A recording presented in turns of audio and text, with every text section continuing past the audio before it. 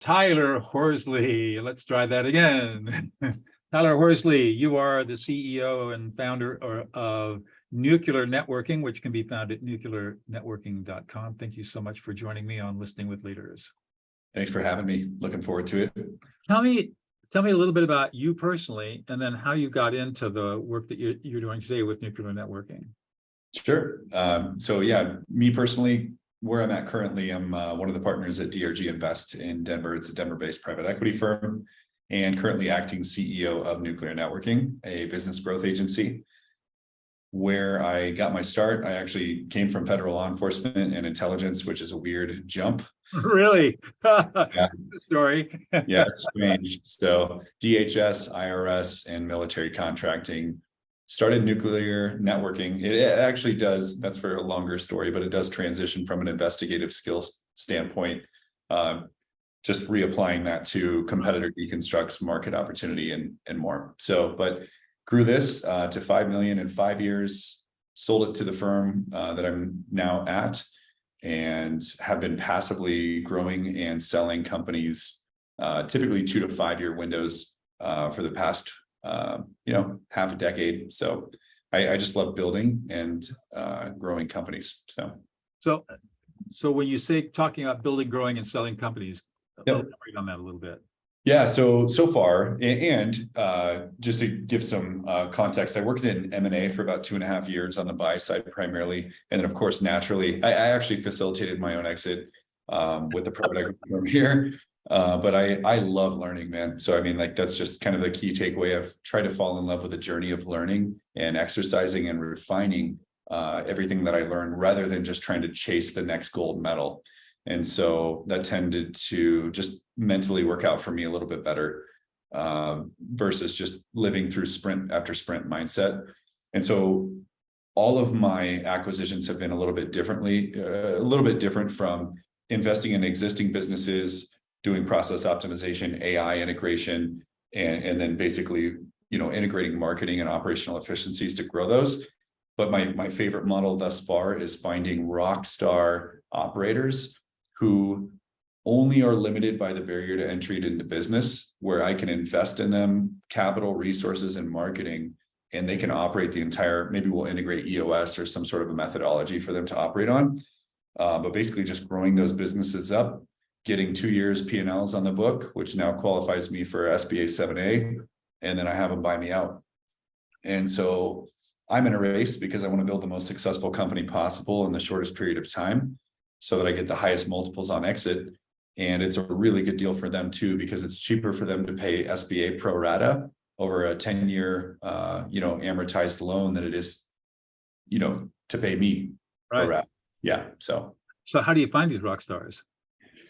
That I don't have down quite yet. Luckily enough, I've been blessed, luckily enough, to be a part of and intentionally be a part of, really high performer communities, EO, YPO.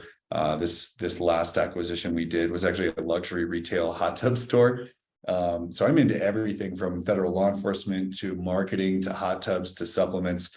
I know it sounds strange because I should, and I probably will at some point in time, have a niche, but really I lead with data first approach. And if there's search volume and there's no competition in the area or low, and I know I can just blow it out of the water from a marketing standpoint, I just need to find somebody with the same or similar values who's willing to either A, has business acumen or willing to learn and take direction, and who's relentless. And those are the individuals I usually try to find and work with and invest in. And they've been in my personal network, which I think is a statistical anomaly. Huh. So, yeah. So what is it about you that's unique about you that makes you so successful at what you do? 3 things come to mind: massive amounts of pain, failure, and experience. Oh yeah. And at the time of this recording, like, I just turned 36, and I've gone through 2 careers, major health issues, lost a lot of money in certain areas, learned things the hard way in a lot of areas. At the same point in time, though, I've done everything I possibly can to surround myself with mentors who have built and sold multiple companies. A couple billionaires have blessed me with their time, and I just shut up and listen. And if I'm able, I can ask questions. So I think that's allowed me to kind of accelerate or condense time and achieve quicker. But back to the falling in love with learning. I love learning. That's something that typically, if I learn something that's interesting to me, it sticks. And so I'm fascinated with a lot of that mapping. I guess secondarily, from a profiling standpoint, working for the government, it does help quite a bit in the sales realm. Just being able to kind of anticipate people's needs, have higher EQ, and frankly, doing a lot of work on myself around, not to get super deep, but like my brokenness, how that shows up, and just learning the mechanics of how I act, why I act. And then that helps me better understand other people, which, converts into better leadership and more. So, yeah, I mean, what I've learned, I mean, my work professionally is as a very sophisticated peacemaker. And what I've learned is that when you begin to understand how people work, right, especially when they're in conflict, there's really a very limited repertoire of behaviors. yeah, And what looks like chaos really is not chaos, it's just normal stuff. And it sounds like you're going through the process of learning all that yourself, and you're seeing the patterns over and over again. That's one of my favorite things in life, is like putting people into archetypes, studying behaviors, and we might have a lot of similar interests there. So it sounds to me like the thing that you enjoy most about what you're doing is the fact that you're on a continuous learning journey. Yeah, I believe so. And paired with that equally is being able to positively impact others' lives. And I know that sounds like a generic philanthropic delivery, but genuinely seeing high performers who can't go get a $200,000 loan to start a retail store and don't have the credit to sign a 5-year lease. Good paper makes good friends. So I'm not foolishly writing checks, but like empowering those people, writing those checks, marketing those companies, and watching them just boom. Outside of the return on investment, watching close friends and high performers triple their lifestyle, and then having that cascade through generations in their family. That's a cool thing to see, man, because that's a big that's what floats your boat. Yeah, absolutely. Impact. Not only do you make money, but you make money serving other people. Yeah, and successful. That's right. I mean, what's better than that, really? I'm with you. Yeah. What advice would you give to a young person, say just coming right out of college?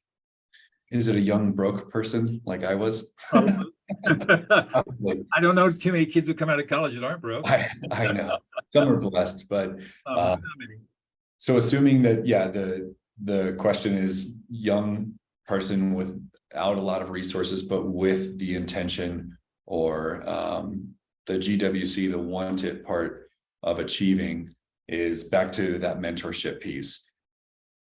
If you have the entrepreneurial spark, you'll know you're going to be a quick start. You want to conquer the world. You want to do something. You've probably tried all these weird business ideas in the past with the limited resources you've had, and you know that you can do more. You're not getting the full kick out of the 9-to-5, 40-hour-a-week normal job. What I would say is that quick start will come in handy, that aspect or those values that you have, but you could also quick start right off a cliff. So I think that, that's true. Serious. So I think it's not fun because it's not tangible and you can't see something growing right away. But I'm telling you, I've avoided huge mistakes by surrounding myself with, first and foremost, mentors who have already done it and hit brick walls at 100 miles an hour. They can save you a lot of pain. 2, learning, even through YouTube or otherwise, some of these skill sets around keyword analysis, search volume analysis. You can pause this and replay it again and then Google these terms, but to try to understand, does anyone care about what it is you're going to do? If you're going to sell something, a service or a product, or start some sort of a company, there are tools out there, many of them free, to tell you, and typically marketers use these, how many people in your area are looking for these things. And then after that, learn how to assess the competition. Typically, those tools will show you some of that data. It's preliminary, but it's a good start. This is really interesting. So you're saying that you start with the keyword search, and I suppose you could use Google Keyword Planner. I use Keyword Planner, I think, is the tool I use. But do the keyword search, because Google's got the data of what people are looking for. Yes, I like ahrefs.com. So ahrefs.com. know the As company. an example, somebody might say, well, I'm entrepreneurial, I'm going to start a CBD company. And very quickly, if you did a keyword explorer analysis, you would find it's easier for you to outrank yahoo.com than it would be for you to rank first on Google for CBD near me or CBD. Yeah. So it's like, do you want to spend 60K a month for the next 2 years to try and make it on front page nationally? Or Right. should you niche down and only sell CBDs for pets in Denver? You know, just that thinking. So mentorship, research, and then I would go one step further before you jump in and read books like Built to Sell. Try to understand what the M&A world is, because we're really good at what we think we know about our specific trade, but business is more than just what you sell and who you serve. It's also what multiples on EBITDA are you going to get on an exit? Are you ever thinking about exiting? Well, no, I'm never going to sell the business. You will exit. And I know it's dark, but it's like, you'll get hit by a truck, you will sell, or the business will shut down. Eventually, it's not going to be yours. So it's still wise to build a business that doesn't solely rely on you as the bottleneck. These are just pain learning experiences that I've picked up that I would try to assess and that I do assess before getting into business on a new model. Really interesting ideas. So let's pivot to listening, since I'm big on listening. How important is listening in your business? Incredibly. I think it's important in every business, but I know what you're getting the tee up, but it's from a cultural standpoint, I've seen a lot of dictator-like leaders, and I think under fear without maturity and experience, that's more common than not, unfortunately. Yep. Just with the entrepreneurial mindset and especially the natural inclination to deflect and or project. It must be my staff's problem that this is all falling apart. And it's who hired those staff? Exactly. Who hired the person who hired the staff? Who sets the cultural tone?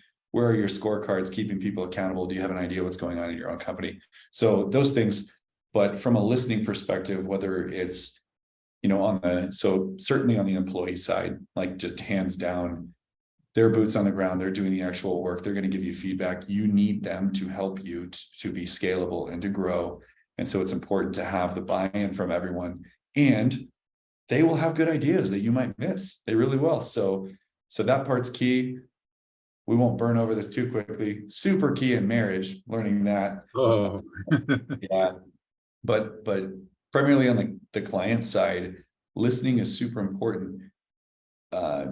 Under or through the lens of not taking things personally, using it as free consultation. If you really think about this, they're consulting and they're giving you constructive feedback, whether it's emotional or not, on how to improve whether the reality or the perception of the product or service that you sell. Maybe what they're saying is wrong, but if that's a general perception, that's something that's worthwhile to listen to. That's important information to have. Absolutely. Yeah. Why do you think people aren't good listeners? I mean, you've experienced the same thing I have, but very few people listen. For many reasons. So I've done a lot of work. So if I pause while I'm thinking, it's because I'm like sorting out 18,000 different responses. So a couple things come up with that. One, the most obvious is ego. And ego can't understand anything greater than itself. So you see this on media, you see this on news, shouting matches, I'm right, you're wrong, and here's the associated label, so I don't have to respect you. And it's just really not constructive at all. It doesn't lead anywhere. And it actually, what it really does at the end of the day is it prevents the speaker who's chosen to respond that way from growing in any way possible. They will only accept data from one specific data set, which is their echo chamber. And that's all they'll ever be able to learn from, which automatically, just stunts their growth. So ego is definitely a part of that. Fear is definitely a core driver for people. Fear of losing business, fear of losing revenue, fear of losing reputation. And from fear, typically more often than not in the entrepreneurial mindset comes control. So that's kind of a byproduct of fear. And so you want to force it to go the way that you want it. And then you just run over people in doing that. So I think those are two big mechanisms. And then maybe the third, giving people grace, is just lack of practice.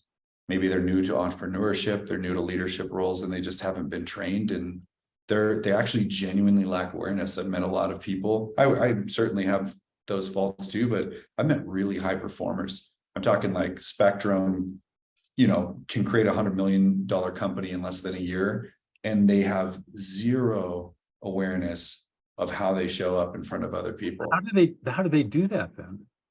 How do they create $100 million company? Yeah. Because not all companies rely on human capital to grow. You can do AI, SaaS, get into a space like that with better multiples on EBITDA and exit. And so if you're a creator or an engineer, you'll see this a lot. They're not as socially capable as maybe like a salesperson, Correct. but they need to be. If you created a wonderful software and you're an independent contributor and you outsource a lot of they may not need that skill set to succeed. Like, think about the biggest tech companies that exist. Even Mark Zuckerberg today, watch him try to speak in front of Congress. It's very robotic. And with respect to the guy, but it's just different brains, different mindsets. So you might have to train outside of your comfort zone to be able to work in both worlds. Right. So how many companies are you working with right now? As clients or companies that I own? But companies, both. So clients probably around 150 different companies. So that's just through nuclear networking. That's how many clients we currently have right now. And of the companies that you own, how many do you own, if you don't mind me asking? Somewhere in the vicinity of 19. And then I'm active in 4. Okay. So you've got 19 companies, 4 you're really active in, 15 you're just sort of passively back there watching what's going on. I mean, I'm sure you're not ignoring them, but so active in 4. Nuclear networking is the baby right now. So this is my full-time, by the way, intentionally working my way out of a job, because my highest and best use here is as an educator, speaker circuits, South by Southwest. It's not day-to-day ops. That kills my soul. Right. So it just does. So secondarily, some of these other things are me empowering other operators financially through marketing, through regular check-ins, weekly board meetings, after hours here, and growing and advising those. Those are more the hands-on with the intent to sell those in 2 to 3 years. And I'm building them to sell. And it's so much more encouraging. This is just me. This isn't for everybody. There's grace and lifestyle business and legacy business. This is just the season I'm in right now. But when you can talk to another non-business person and just communicate, look, we're making $100,000 a month to the bottom line. That's 1.2 million. Isn't that great? Well, yeah, I kind of wanted to get to X, Y, and Z. Yeah, but we can sell this company for 15 times our adjusted EBITDA. So we already have a $17 million company. Whoa, yeah. So we just have to do this for 2 to 3 years and show trajectory and stability, and then we can put it on the market and so on. So those other companies where I'm less passive, or I'm more passive, I'd say 6 of those are multifamily under our brokerage here, because our private equity group does a lot in real estate. I know they're well managed. They're backed by my other PE partners. We have a construction company, property management company, and a fund manager and a brokerage. So it's I know they're in good hands. I'll come in as an LP. I don't need to manage all this stuff. That's a great way to diversify. And I still know I'm going to get 25% IRR or above. So those are good. And then I have a couple of unicorn companies of high performers that I know well in EO and YPO that are doing major things in AI. And they're already working with Chick-fil-A and qualified businesses. So how much mentoring are you doing now? Mentoring for others? Yeah. Most of the mentorship that I'm doing now is lighter from a business operations standpoint, like other business owners. What I've been allocating my time to, because I am short on time, it is a heavy desire. That's the next season of my life, is to fully invest in 5 to 7 companies and through mentorship and building up qualified C-levels operators and those with those potentials and grow those. And then of course, passively keep doing real estate. But what I'm doing now, the mentorship that I do is impact companies. And so religious or non-religious, these are just good labels that I use, but the missionary minded people, those are the people running these nonprofits. They have huge hearts for people. They can raise money. They can certainly spend it and try to just help everyone. But what I've really seen as a niche, as a need, is sometimes they're not the best stewards of their money unknowingly, because they're not business people. Right. they don't have business acumen, they have missionary hearts. So then you have like your kingdom minded hearts, and those are the people who are actually raising money for these missionary minded people. Bear with me through the labels again, but it's like that's what I find joy in right now, is coming alongside those companies and saying, look, great job over here, let's also do a great job on the business side. I love that. And so I'm doing that. That's a huge need that needs fulfilling. Huge. It is, man. It's like if you give any money to anybody, don't you want to know that that money is stewarded well and that you get the best return on your investment, even if it's impact? I mean, I'm a co-founder of a nonprofit called Prison of Peace. Yeah. For the last 13 years, we've been training inmates in maximum security prisons how to be peacemakers, to stop prison. Awesome. Very cool. Yeah. Fortunately, my co-founder and I are both trained as lawyers and business people, so we run a pretty good ship. But we run into a lot of other nonprofits who are serving the same populations who struggle with their business side. Sure. Yeah, they're just waiting for partnership. Yeah. And, so. All right, this is really cool. You're doing. I'd love to sit by your side for a while. I mean, come to Denver. I'm a lot older than you are, but I mean, just the stuff you're doing is so exciting. To see somebody your age doing what you're doing, it really gets me excited. It sounds like you're having a lot of fun. And the other thing that I know you touched on it, is you're really interested in working on your own personal development. Trying to grow yourself as a human being. Yep. I've gotten more leadership value from doing that than reading any book or taking any coaching. And it is. It's not functionally to put it into a little bucket, and this won't be appropriate, but I can spend my entire life learning how to manipulate other people into doing what I want them to do through socially acceptable leadership means, or I can find out how I work at the deepest level, and that actually better impacts all of my relationships and everyone I work with. Because it's authentic. And when you're authentic, you have an integrity. And when you have integrity, people want to follow you because they trust you. I mean, that's secret. So are you working with coaches, or are you doing your self work, or a little bit of everything? I've been kind of A/B testing different things because traditional yoga doesn't work for me. It's like I can see that. But no, so a couple things. One, I recently started using a coach for the first time in my entire career, like this year. Wow. So only for one quarter, and it's actually going quite well. And it's more the way that I would articulate this. So one, like any business deal or I work in data. And so it's like, I analyzed all of my opportunities, and I found the highest performer in these specific areas. He's done 22,000 coaching sessions, multi-certified, managed 3 billion plus in assets. It's like unicorn. I'm like, okay, I'm going to try it with this person, because on the other hand, I've done counseling for different things in the past, and that has not done anything. Right. Just being honest. There are not many good counselors out there, I'm sorry to say. Yeah, well, I can speak to. There's a reason for that. Yeah, there might be, and maybe for different people at different levels, walks of journeys of their life. But like from a coaching perspective and a business perspective, it's been good so far, and I'm still learning. Good. It's like a co-pilot who can see the mountains behind the clouds. There you go. I can still fly the plane, but it's good to have another person with a different perspective. Yeah. One more question, we'll wrap it up. What's one thing about yourself that we would never know unless you revealed it? Oh man, I'm a musician, and I moved to Denver, and we were on the radio, met the Fray, played 93.3. We got invited to Invesco Stadium twice, which is Bronco Stadium. It's probably a different name now. Headlined the Bluebird, which is where the Fray made it. So I did that professionally for 4 years straight, did it well, and very quickly realized unless you're in an inner circle, which is a credit card company, which they call record labels, it just became really less appealing. It's an art and it's something I enjoy, but it's not something I wanted to do for a living. What instrument do you play? Lead singer, piano, and guitar. I'm a jazz violinist.